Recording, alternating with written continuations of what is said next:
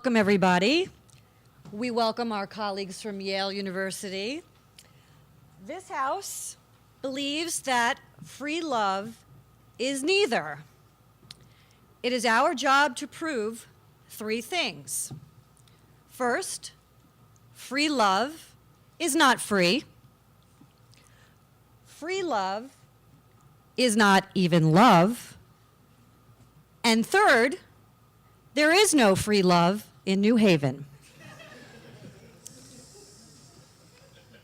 Let me start out by saying that as a former divorce attorney and a Fox News and CNN legal commentator on the subject of divorce, I can assure each and every one of you that free love is anything but free.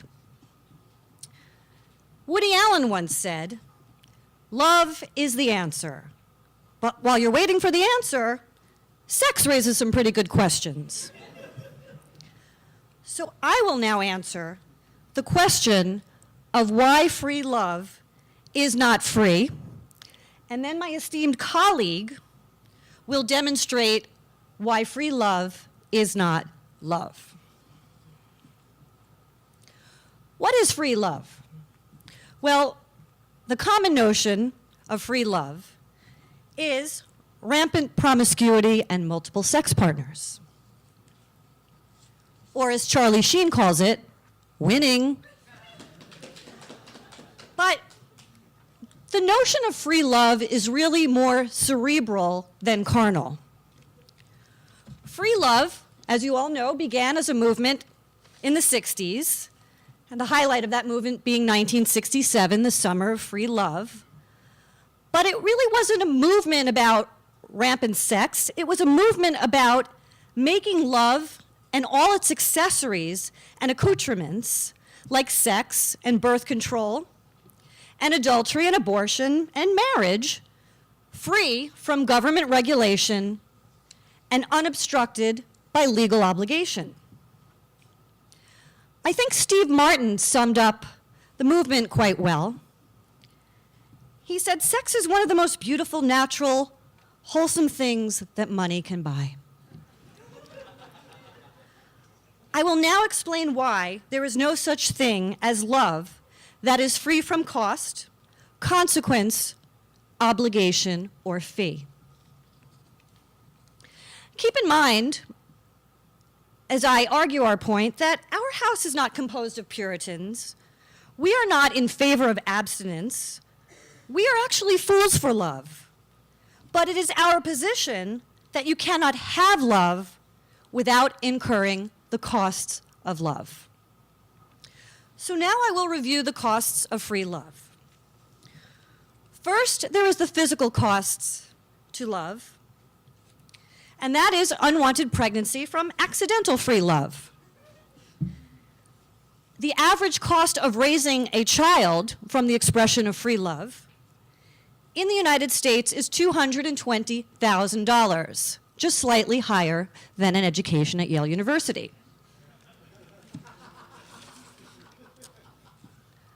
Next, we have the family costs of love. And these are the byproduct of free love known as divorce. Again, an appropriate topic for myself.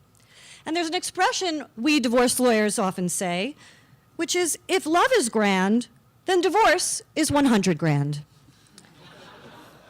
And even though I am bound by the confidentiality of my profession, I will reveal to you that that figure is quite accurate. Now, the next cost of free love stems from infidelity, and that is the cost of adultery. Just ask Kobe Bryant, who paid his wife $4 million in the form of a diamond ring during the first time he was caught, and is now paying her a $70 million divorce payout package when he was caught again. The next cost of free love is the cost to reputation. Just ask Sarah Fluke. The cost of asking Congress to subsidize your birth control so that you can practice free love is having Rush Limbaugh call you a prostitute and a slut. And the secondary cost of that is losing 120 of your sponsors for doing so. Then there are the social costs of free love. And that's when the government tells you who to love. Free love isn't free until gay marriage is legal in all 50 states. Thank you. Then we have the out-of-pocket costs of free love, and we've just seen that again in our example at Georgetown Law School, where insurance won't pay for birth control. Then there are the costs to the earning power of women and the costs of women rising up in power financially, economically, and in the employment realm. Free love can never be free as long as prostitution is illegal. There's no freedom to earn when the government deprives women from earning a profit on something that they have been giving away for free for centuries.